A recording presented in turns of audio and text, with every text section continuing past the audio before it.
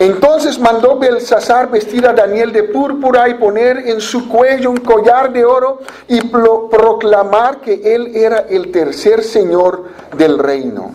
Y Darío de Media tomó el reino siendo de 62 años. También es importante decir que para ese entonces Babilonia estaba sitiado por los medos persas. Por eso se menciona al final de esto. Entonces ya Babilonia estaba siendo ya derrotado, estaba siendo ya presionado por los medos y por los persas. ¿Se acuerdan del sueño de Nabucodonosor? La cabeza de oro era ¿quién? Nabucodonosor, Babilonia.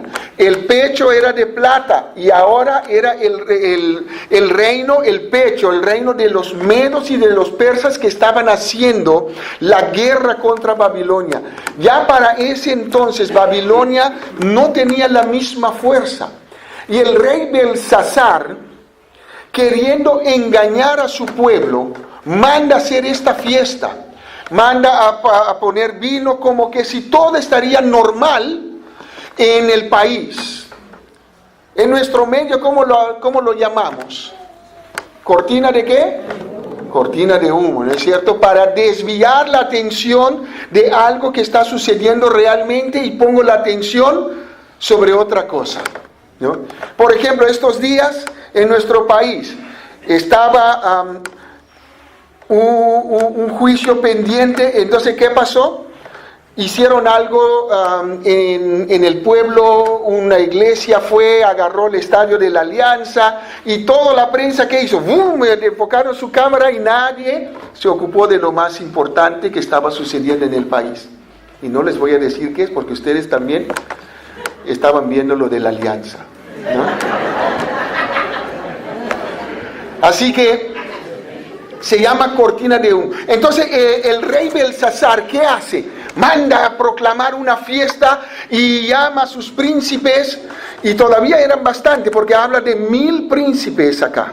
Y en presencia de los 1000 bebía vino, y cuando él estaba borracho por el vino, hace algo que no debía hacer. Mandó a buscar los vasos de oro que Nabucodonosor, su padre, trajo de Jerusalén. Ahora, otra aclaración. En esos tiempos no se hablaba de abuelo, bisabuelo o bisabuelo, ¿no? Entonces, cuando hablen en los reyes de Israel, por ejemplo, llegan a Ezequías, al rey Ezequías, y él dijo, y él hizo lo recto delante de Jehová como David su padre. David era su tatara abuelo.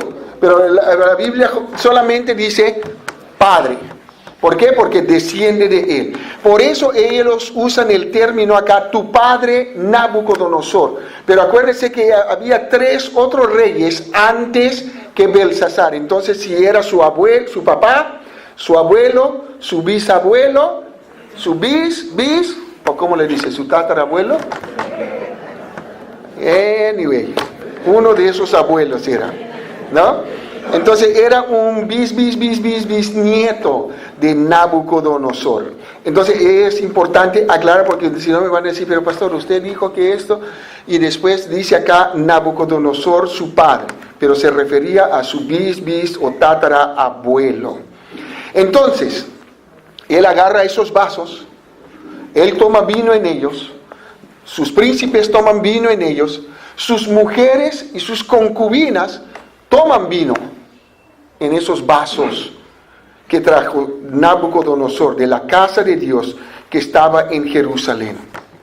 Dice, bebieron vino y alabaron a los dioses de oro y de plata, de bronce, de hierro, de madera y de piedra. Y en esa hora apareció una mano. No es como que yo estoy parado acá, ustedes ven una mano escribiendo ahí. Mene, mene, tekel, uparsin. ¿Qué van a hacer ustedes? Todos van a sacar. En ese entonces no tenían celulares, este no es celular. No tenían para tomar fotos. El hombre estaba borracho y en su borrachera vio eso y ¿qué hizo?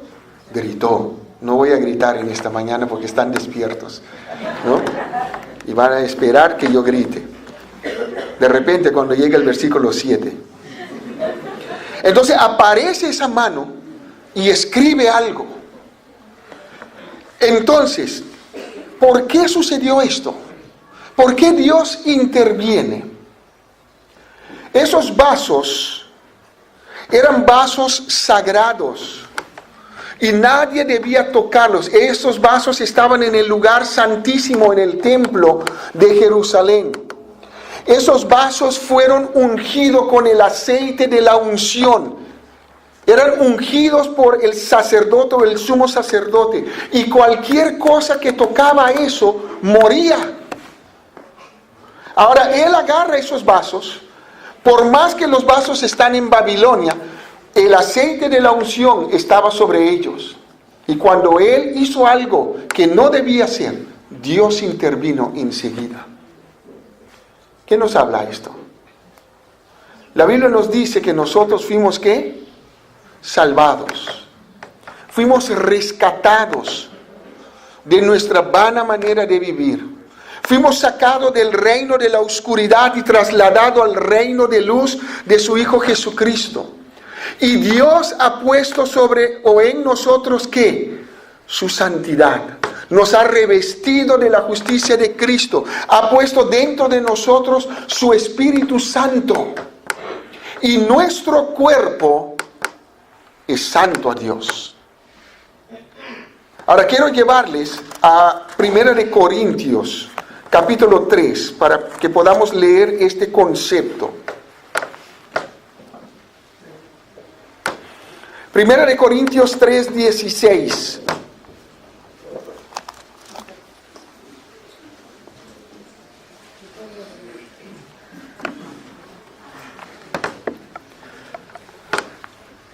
Primera de Corintios 3, 16 dice así: ¿no sabéis que sois templo de Dios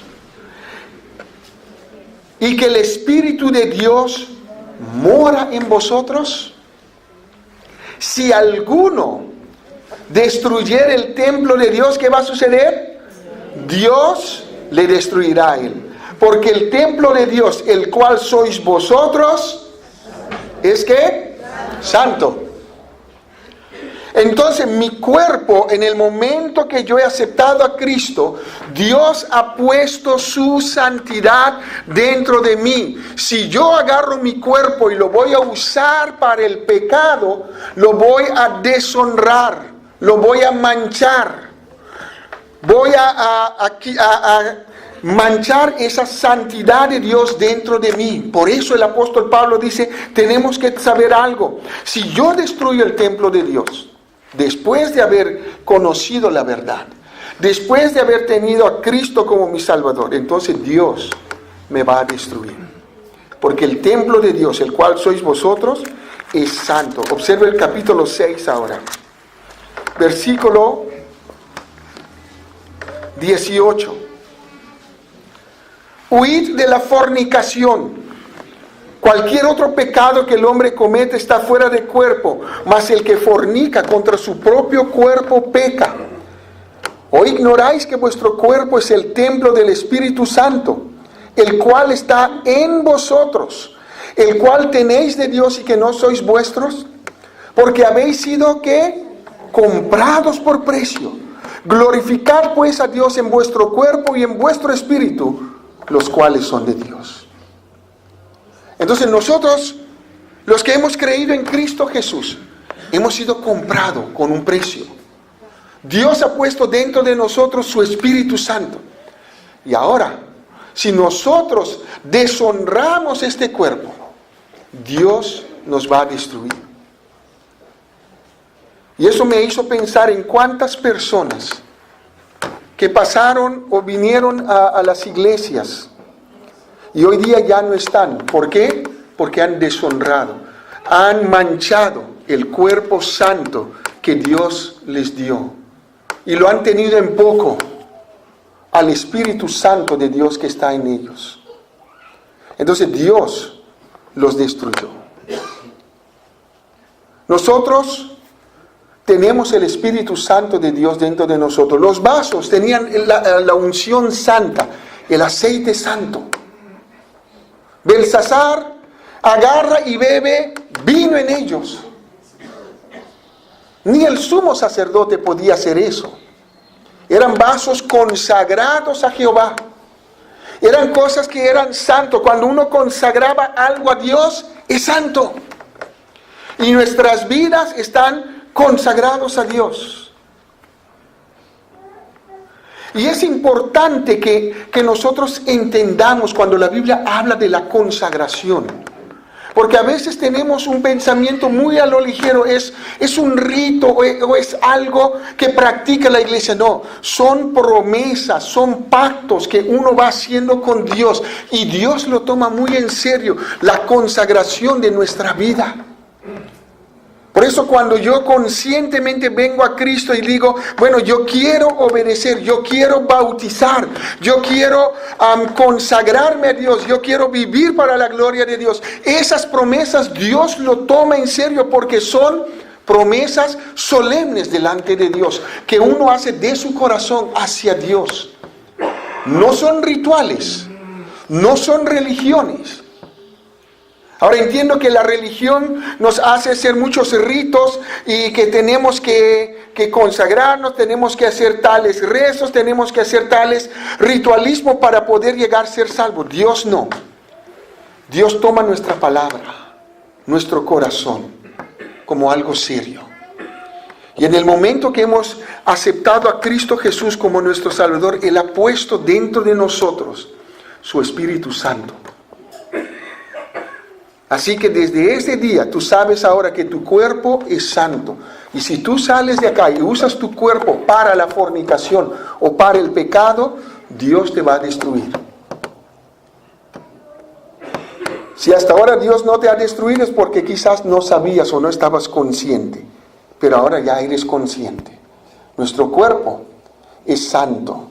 Y por lo tanto, no podemos usar nuestro cuerpo para el pecado. No podemos entregar nuestro cuerpo a lo ligero así, decir ya es una tentación, voy y tengo relación aquí, tengo relación allá. Si soy hijo de Dios, mi cuerpo es santo. No se puede simplemente decir, bueno, ahora que soy cristiano, bueno, tengo una debilidad, voy y me emborracho.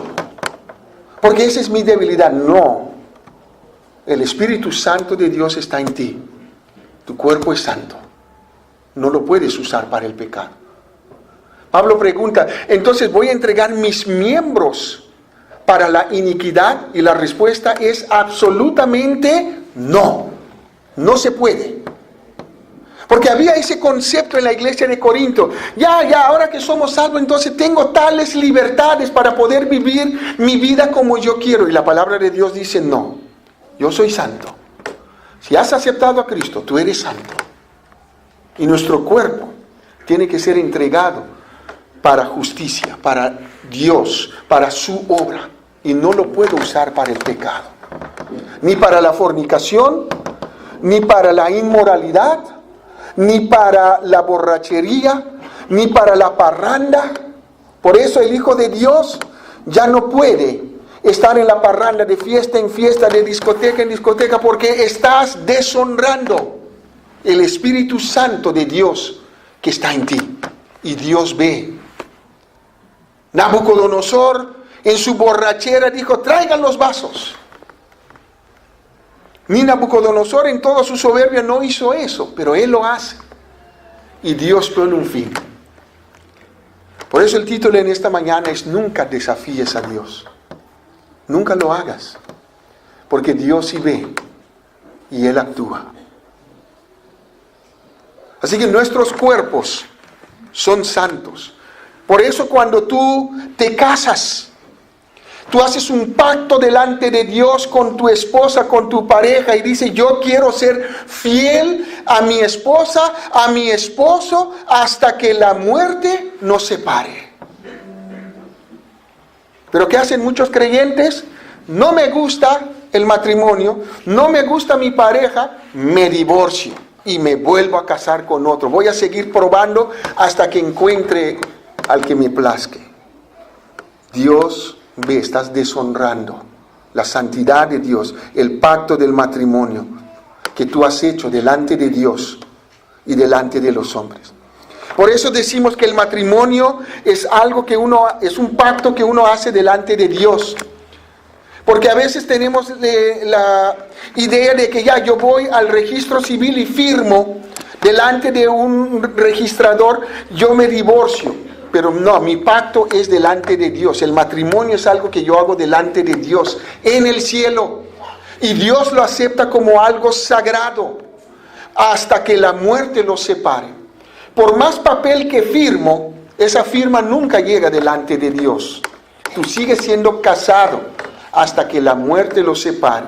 Y si en vida de tu esposo, de tu pareja, te unieres a otro varón o a otra mujer, serás llamado ¿qué? Adúltero. Es adulterio. Lo siento, ¿no es cierto? La palabra de Dios lo dice. El matrimonio es sagrado. Por eso a los jóvenes solteros en esta mañana, antes que firmes un papel a lo loco, porque ya estoy llegando ya a los 50, entonces tengo que casarme con el que venga, ¿no? A propósito, hoy día Manuel cumple 50 años, ¿no? Así que bienvenido al club de los viejos, ¿no? Ya entraste, ya dejaste de ser joven, ya dejaste de ser joven adulto, ahora eres viejo, ¿no? Te lo digo yo que soy más viejo que tú. Así que ya me sacaron de mi concentración. A los jóvenes solteros, ¿no? Observen bien con quién te vas a casar. Pregúntale a Dios, repregúntale a Dios, vuelve a preguntar. No importa si pasa 30 años, pero pregúntale a Dios. ¿Será él? ¿Será ella? Porque una vez que tú firmas y después al siguiente día te asusta porque empiezas a sacar todo lo falso, ya estás casado, ya no hay vuelta. Ya no puedes decir, no, me equivoqué. No. El matrimonio es algo sagrado delante de Dios. Una vez dijiste sí y firmaste, eres fiel, debes ser fiel a ese pacto hasta que la muerte los separe. Una vez que uno de la pareja muere, entonces tú eres libre allí, dice la Biblia, para casarte con quien quieras. Y si eres creyente, tienes que casarte con un creyente. Por eso la Biblia enseña que el creyente no se puede unir a un inconverso en matrimonio, porque no hay cosas en comunes. No se puede traer lo inmundo a tu vida y decir, bueno, está bien. Tenemos que mantenernos santos. Belsasar rompió la línea entre la santidad y él mandó a buscar esos vasos de oro y él puso vino en ellos, y él y sus príncipes y sus grandes tomaron vino y en vez de honrar a Dios, honraron a sus dioses de plata, de oro, de madera, de piedra. Y aquella misma hora esa mano salió y escribía. Y escribió un texto que le hizo asustar. El mismo hecho de que el rey ve eso, dice que el rey, el versículo 5 termina diciendo, el rey vio la mano que escribía. Y el rey palideció y sus pensamientos lo turbaron en toda su borrachera. Se debilitaron sus lomos y sus rodillas daban la una contra la otra. Físicamente le afectó al rey ver esa mano escribiendo como mano de hombre. Y el rey grita y manda llamar a sus sabios para que leyeran este texto, para que leyeran el mensaje y le pueden decir qué significa ese texto. ¿Y qué nos dice la Biblia en el versículo 8? No pudieron leer la escritura, ni pudieron mostrar al rey su interpretación. ¿Y eso qué causa en Belsasar? Más turbación. Más se volvió como fuera de sí, que no podía entender la situación y sus príncipes todos quedaron perplejos. Estaban turbados. Y fue la reina, cuando escuchó de eso, la reina le dijo que en tu reino hay un hombre en el cual mora el espíritu de los dioses santos. Y en los días de tu padre se halló en él luz e inteligencia, sabiduría como sabiduría de los dioses, al que el rey Nabucodonosor tu padre constituyó que jefe sobre todos los magos, astrólogos, caldeos y adivinos. Ahora, pongámonos en el contexto. Para ese entonces Daniel ya tenía más de 70 años. ¿Y dónde estaba Daniel? Él era ¿qué? El jefe. El jefe de los astrólogos, de los caldeos, de los magos. Él no estaba en esa reunión. Pero observen, ¿se acuerdan cuando él llegó a Babilonia? ¿Qué propuso en su corazón? No contaminarse con la comida del rey, ni con la porción, ni con el vino que el rey bebía. Y él pidió, no me obliguen a contaminarse. Después, sus amigos también dijeron eso. Y vez tras vez, en todo el tiempo de Nabucodonosor, él fue el que le revelaba el sueño de la gran imagen. Él fue quien le reveló el sueño del árbol grande. Y ahora, ya anciano, observe lo que dice la reina de Daniel. Quiero que lo lean nuevamente conmigo. En tu reino, versículo 11, hay un hombre en el cual que mora el espíritu de los dioses santos. Y en los días de tu padre se halló en él que luz, inteligencia, sabiduría, pero no cualquier sabiduría. Observe, sabiduría como de los dioses. Entonces la reina está dando un testimonio acá de la vida de Daniel. Desde su juventud hasta su vejez quedó igual. Mantuvo un testimonio. Y eso habla de integridad. ¿Cómo éramos cuando éramos jovencillos? ¿Y cómo somos ahora cuando ya somos viejos? ¿Hemos madurado en nuestra fe, en nuestro testimonio, o hemos mermado? Triste sería que la reina hubiera dicho, sí, hubo un hombre que una vez hizo algo, pero ahora está entregado a la borrachera. A veces escuchamos testimonio, sí, él era pastor, pero ahora vive con 3 mujeres. O él iba a la iglesia, pero ahora está tirado en la calle, debajo de un puente. Ahora es fumón, ahora es drogadicto, ahora es borracho. Qué triste cuando vemos esos cuadros. Pero Daniel mantuvo una integridad en toda su vida. Y aún en su vejez, la reina pudo ver en Daniel un hombre que de Dios. Dicen, en este hombre hay un espíritu diferente. Nabucodonosor dijo, en él hay un espíritu que mayor.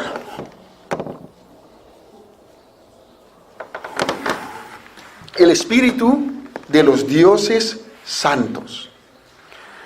Y tú sabes, el espíritu de Dios está en nosotros. Y él es el espíritu de sabiduría, de inteligencia. Así que a ti también Dios te ha llenado de inteligencia, de sabiduría, sabiduría de Dios. ¿Cómo estamos usando la sabiduría que Dios nos ha dado? ¿Qué decisiones tomas? ¿Estás tomando decisiones en tu vida que van a honrar a Dios?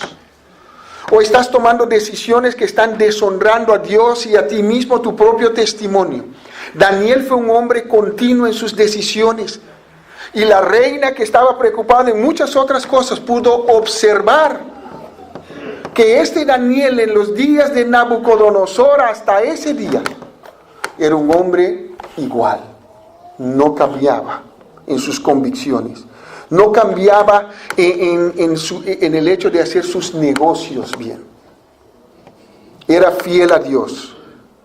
No era un hombre corrupto. Y dice que Nabucodonosor, cuando vio esas cualidades en Daniel, lo puso como jefe. En tu trabajo ven que tú eres fiel y están aspirando promoverte para que tú seas jefe sobre otros porque ven un testimonio continuo en ti. Yo creo que el creyente tiene que ser las personas más sobresalientes en su trabajo por su conducta, por su forma como hace negocio, por su forma como trabaja, por su forma que llega temprano, por su forma que cumple sus horarios, por su forma que habla las cosas correctamente. No está haciendo chistes sucios, no se junta con los pecadores para pensar y hablar mal y actuar mal. El creyente, cuando todos están descontentos, es el que está animando a otros a cuidar su corazón. Y no se pone como parte ahí también, sí, queremos igualdad, y sale a la calle. Esos no son de una persona íntegra a Dios. Jesús vivió en su tiempo, en tiempo de mucha injusticia, y Él siempre fue confrontativo con las personas, hablando las cosas claramente. Él nunca salió a la calle con palo a reclamar contra Pilato, a reclamar contra los líderes de su tiempo. Cuando querían ir y hacerle rey para que él vaya a hacer guerra, dijeron, aquí está nuestro rey, él es el que va a pelear nuestras batallas. ¿Qué hizo Jesús? Se apartó de ellos y no dejó que esto sucediera. Porque todavía dice la Biblia que no era su tiempo. Daniel fue un hombre íntegro, en el cual todos pudieron ver de que en él moraba el Espíritu del Dios Santo. La gente ve el Espíritu de Dios en ti. La gente puede ver tu testimonio y decir, este hombre, esta mujer es diferente que los otros. Es importante que meditemos sobre eso, porque el creyente debe estar dando un testimonio que él pertenece a Dios. Mira versículo 12, por cuanto fue hallado en él, ¿qué dice? Mayor espíritu y ciencia y entendimiento para interpretar sueños y descifrar enigmas y resolver dudas. Esto es en Daniel, al cual el rey puso por nombre Belsasar. Llámese pues ahora Daniel, y él te dará la interpretación. Qué hermoso, ¿no es cierto? La reina sabía, nadie de esos magos ahí pudieron hacer nada. Y la reina dijo, pero hay un hombre, hay uno solamente en tu reino. Él se llama Daniel. Manda llamarlo, y él te va a decir la interpretación. Y hemos leído la historia. Daniel fue traído delante del rey. Y el rey le ofrece, ¿qué? Un vestido de púrpura, un collar de oro y un puesto en el reino. Ya tenía un puesto Daniel, ya era jefe. Y el rey ahora quiere darle. Entonces Daniel le dice, tus recompensas, que le dice, tus dones sean para ti y da tus recompensas a otros. No estoy interesado en las cosas.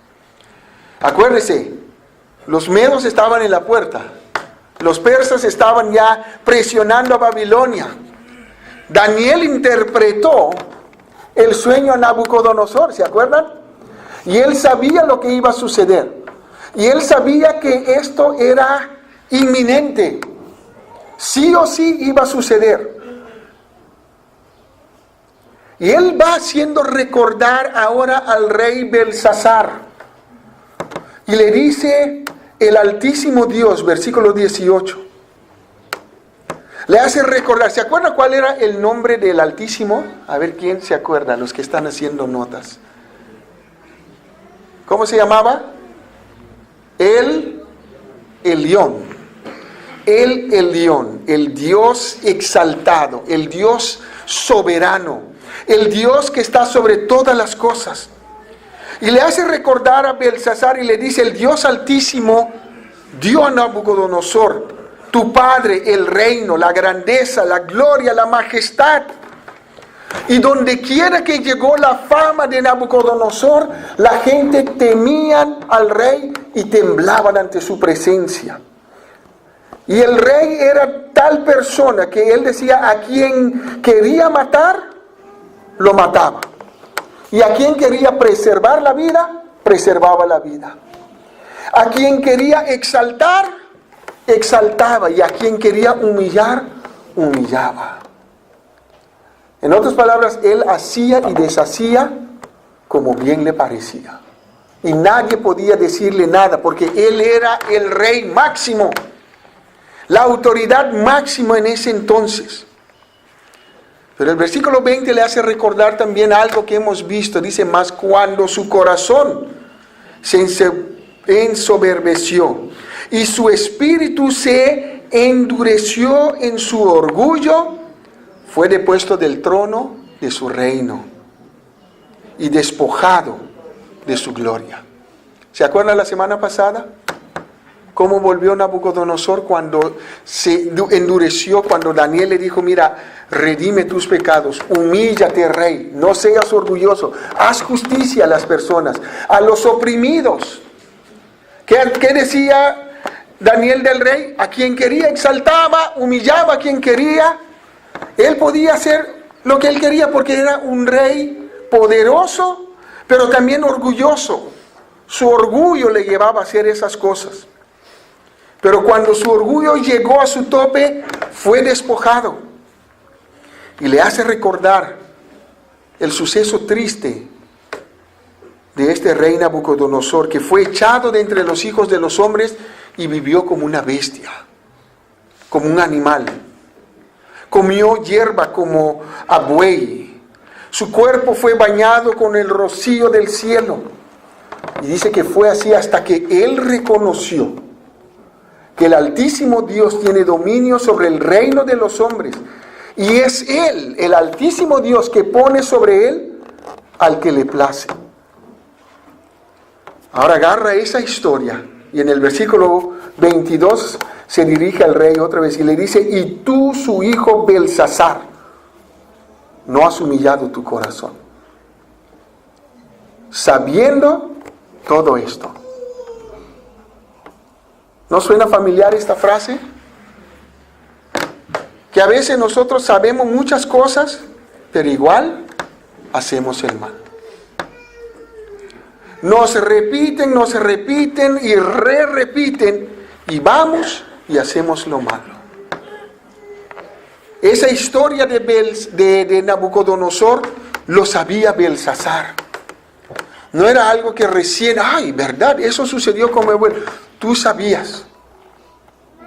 Tú lo sabías.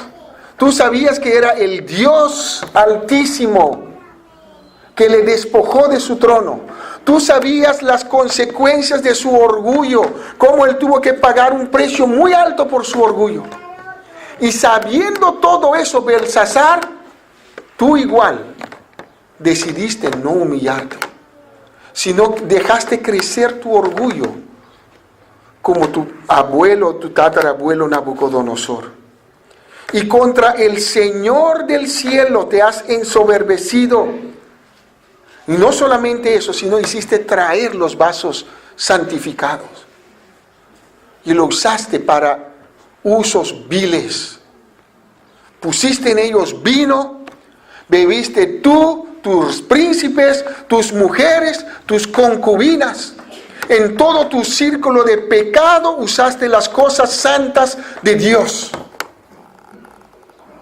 Y además, en vez de reconocer al Dios del cielo, diste alabanza a dioses de plata y oro, de bronce, de hierro, de madera y de piedra, que ni ven, ni oyen, ni saben. Y observe lo que le dice Daniel ahora, al final del versículo 23. Y al Dios en cuya mano está tu vida, y delante de quien están todos tus caminos, nunca honraste. Entonces el hombre sabía lo que pasaba, el hombre sabía quién era Dios, él sabía que no debía crecer su orgullo, pero igual se dejó. A veces dice que cuando uno tiene más puesto, más orgullo, ¿no? Entra en su vida. Pareciera verdad esa frase, si solamente observamos las personas que han caído en esa trampa. Pero acá tenemos un Daniel que está hablando. Fue elevado en puesto. ¿Su corazón se llenó de orgullo? Nunca. Quitó su mirada de Dios y dijo, ahora yo soy el gran Daniel, yo soy el Dios acá, yo voy a hacer lo que yo quiero. Nunca. Entonces no es verdad, es un engaño de Satanás. El poder corrompe, dicen. No es verdad. Si sabemos de quién viene el poder, si sabemos quién es el que nos está engrandeciendo, si sabemos quién nos está exaltando y aprendemos a darle la gloria a Dios, entonces vamos a mantenernos siempre en una posición de humildad y reconocer que es por la gracia de Dios que tenemos lo que tenemos y hemos llegado donde hemos llegado. Pero si yo empiezo a pensar, porque yo soy el que hice eso, es por mi capacidad, es porque yo trabajé duro, el jefe me ha exaltado. Entonces, ese es mi orgullo que me empieza a corromper, hasta tumbarme. Belsasar se olvidó de que Dios tenía su vida en sus manos y que Dios ponía sobre el trono al que le place. Y Belsasar ya no era un placer para Dios. Por eso Dios mandó ese dedo que escribió en la pared. Daniel le dice, entonces de su presencia fue enviada la mano que trazó esta escritura, y esa escritura dice así, Mene, Mene, Tekel, Uparsin. Y el hecho de que aparece Mene, Mene 2 veces es porque es serio. Dios contó y recontó tu reino. Lo ha calculado. Y encontró faltas en tu reino. Y ha decidido ponerle ¿qué? Fin. Y ahora Él lo va a dar ¿a quién? A los medos y a los persas. Los que están allí en la puerta, ellos van a tener el reino. Pesado has sido en balanza y fuiste hallado falto. Tu reino ha sido roto y dado a los medos y a los persas. Si Dios tendría que examinar nuestra vida en esta mañana, ¿qué escribiría en la pared? ¿Qué escribiría Dios? He visto, he observado tu vida y he hallado ¿qué? Faltas en ti. Por eso he determinado poner ¿qué? Fin a tu vida. Triste sería que Dios escribiera lo mismo de nosotros. Cuando llegamos al final del libro de Daniel, un ángel le dice a Daniel, Daniel, tu vida es tan placentero para Dios, que Dios un día te va a levantar y vas a tener un lugar en el reino de Cristo. Daniel va a resucitar y él va a estar en el reino milenial y va a estar sirviendo con Cristo. Esa es la promesa que Dios le dio. Daniel ya murió, no importa si murió. La promesa de Dios se va a cumplir. Un día en el reino de Cristo, aquí en la tierra, Daniel va a volver. Y él va a reinar con Cristo. Esa es la promesa que Dios le dio. ¿Por qué? Porque su vida fue de agrado a Dios. Tremenda vida de este hombre. Una vida de integridad para que nosotros imitásemos. Los domingos de la noche estábamos viendo la vida de Sansón y los hermanos decían, Sansón es una vida que no debemos imitar. Pero déjame decirle, Daniel es una vida que debes imitar. ¿Por qué? Porque él fue un hombre íntegro. Dios dejó otras vidas en su palabra para enseñarnos lo que no debemos imitar.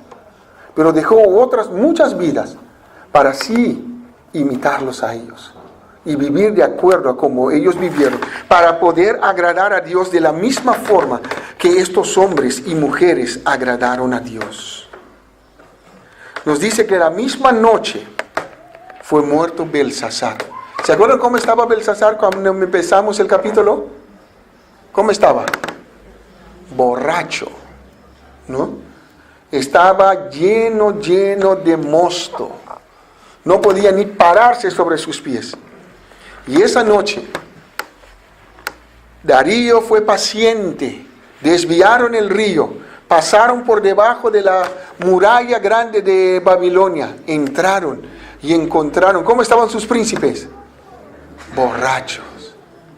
No había guardias, no había quien pudiese pelear. Ellos entraron, mataron, tomaron el reino. Facilito. No hubo resistencia. ¿Por qué? Porque todos estaban borrachos. Belsasar fue muerto. Y Darío de Media tomó el reino, siendo de 62 años. Ahora es interesante este nombre, Darío de Media, ¿no? Entonces, les voy a dejar con este nombre, porque la próxima semana vamos a ver qué es lo que ha hecho Darío. Y quiero darles algunos detalles importantes, ¿no? Nosotros ya estamos más conocidos, o en la historia secular está más conocido con Ciro, rey de Persia, ¿no? Y habla de Ciro, habla de Alejandro. Y este hombre Ciro fue un hombre interesante, porque fue profetizado por el profeta Isaías. 150 años antes que naciera Ciro, Isaías profetizó que Ciro iba a entrar a Babilonia, iba a destruir a Babilonia, y iba a tomar el reino de los babilónicos o de los caldeos. Pero la próxima semana vamos a seguir en esta historia de Ciro. Pero quiero terminar en esta mañana haciéndonos recordar de que Dios tiene nuestras vidas en sus manos. Nuestras vidas están en sus manos. No hay nada que podemos hacer que Dios no ve. No hay nada que podemos maquinar en nuestro corazón que Dios no sabe. Podemos esconder nuestros sentimientos, nuestros pensamientos de otros, pero delante de Dios, todo está desnudo delante de Él. Y Dios ve todo. Dios conoce tu corazón en esta mañana. Dios conoce tu orgullo. Dios conoce tu soberbia. Dios conoce tus debilidades. Y Dios conoce tus pecados que estás escondiendo ahí. No desafíes a Dios. No desafíes a Dios. Él es el Altísimo. Él es el soberano. Él es el Dios creador de los cielos y de la tierra, como hemos cantado. Él es el Dios que hemos cantado en esta mañana, decirle, ¡cuán grande es Dios! Él es el Dios que hemos visto que descendió a este mundo para salvarnos de nuestros pecados. El Dios eterno mandó a su Hijo Jesús a morir en una cruz, en tu lugar y en mi lugar. Y Jesús vino y derramó su sangre. Por eso Pablo dice, habéis sido comprado por precio. ¿Cuál es el precio que Jesús pagó? Su vida, su sangre en la cruz del Calvario por nuestros pecados. Y Él pagó ese gran precio. Y al tercer día, después de estar sepultado, Él levantó de la muerte con poder. Y Él es el único que puede dar perdón de pecados y vida eterna. Y Él dice, para que todo aquel que en Él crea no se pierda, mas tenga vida eterna. La única persona que te puede dar vida eterna es Jesucristo. No hay otra persona. No es la Iglesia de la Roca. La Iglesia de la Roca predica a Jesucristo. Y te guiamos a Cristo. Pero la salvación no te podemos dar nosotros. Es Cristo. Él murió en la cruz. Él derramó su sangre por nuestros pecados. Él entregó su vida por nosotros. Él resucitó de la muerte. Y Él es la única persona que puede dar perdón de pecados y vida eterna en esta mañana, si tú crees en Él con todo tu corazón. Y para nosotros que somos cristianos, hijos de Dios ya, el Señor nos ha santificado. Pablo dice, habéis sido lavados de nuestros pecados, habéis sido justificados y habéis sido santificados. Y Dios ha puesto dentro de nosotros su Espíritu Santo. La pregunta es, ¿cómo estás viviendo ahora tu vida? ¿Cómo estás usando tu cuerpo? ¿Para la gloria de Dios o para la gloria tuya? ¿Estás usando tu vida para la santidad o para la inmundicia? ¿Estás viviendo tu vida consciente de que Dios está presente en tu vida? ¿O estás viviendo tu vida pensando de que tú eres el propio Dios de tu vida y tú decides lo que tú haces con tu vida? También se escucha esa frase bastante, ¿no es cierto? Esta es mi vida y yo voy a determinar lo que yo hago con mi vida. Ahí está la mía dentro, ¿no? El orgullo. Tu vida no es tuya, es de Dios. Belsasar pensó que él podía hacer lo que quería y Dios le dijo, esta noche voy a poner fin a tu vida. Y esa misma noche Dios cumplió su palabra y él fue muerto en toda su borrachera. Así murió. ¿Qué es lo que dirá Dios de ti? ¿Cómo estás viviendo tu vida cristiana?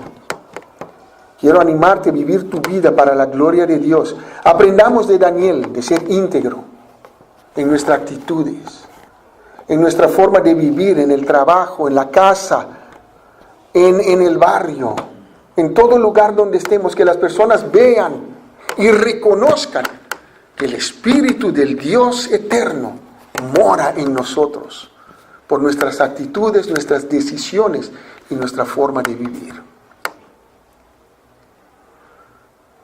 Aquí termina el reinado de Babilonia.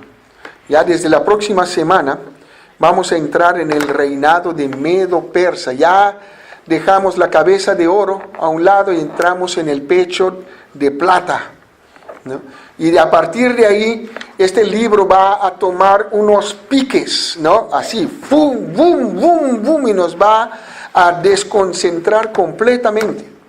Por eso, tienen que quedar conmigo cuando estamos estudiando.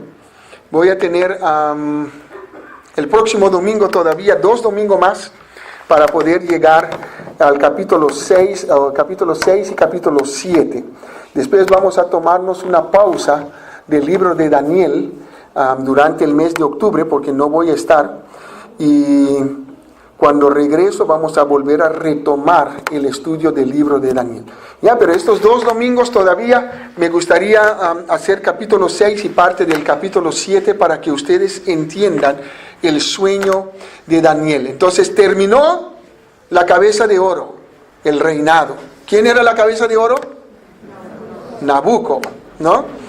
Entonces él con su reino de Babilonia, acá termina. ¿Quién toma el reinado ahora? Darío de Media, siendo de 62 años. ¿Quién tiene 62 años acá? Sean honestos. A ver, aparte de Víctor. Víctor, ¿cuánto tienes? ¿No? Entonces a esa edad así como de Víctor, como otros que veo que son de pelo blanco o pelo calvo ya, ¿no? Tendrán más de 62 años, ¿no? A esa edad Dios levanta un hombre que fue profetizado más de 150 años antes que nació, que él iba a tener esta actitud. Y va a ser interesante conocer la vida de este Darío y la vida de Ciro. Oremos en esta mañana. Padre, queremos darte las gracias porque tú eres el Dios de la historia. y ningún detalle de la historia se te pase por encima. Has diseñado la historia y lo vas cumpliendo palabra por palabra, punto por punto. Y nuestras vidas son parte de la historia de Dios. Y en esta historia, en este tiempo de esta historia, estamos viviendo sobre este mundo. Aparentemente un mundo corrupto, un mundo lleno de maldad, pero tú tienes el control de todas las cosas, así como tú has tenido control del reino de Babilonia y aún del rey Nabucodonosor. Y él tuvo que entender de que el reino te pertenece a ti y que el único Dios que pone y saca reyes eres tú. Hoy día hemos visto que Belsasar se olvidó y honró a otros dioses y no al Dios verdadero. Cuán rápidos somos nosotros para olvidar y empezamos a adorar otros dioses y no al Dios verdadero. Perdónanos, oh Dios, porque muchas veces nos olvidamos de ti y de tu soberanía. Ayúdanos, Señor, a vivir continuamente en la presencia de este Dios Altísimo, de saber de que sus ojos continuamente están sobre nuestras vidas y sobre el curso de la historia. Bendice a tu iglesia. Levanta hombres y mujeres íntegros en esta iglesia, que estén dispuestos a parar por la verdad, a vivir para la gloria de Cristo. Y aun cuando llegan a edades avanzadas, en su vejez, si tú les permites vivir, que el testimonio puede ser, estos han sido hombres y mujeres íntegros, que vivieron su vida para la gloria de Dios.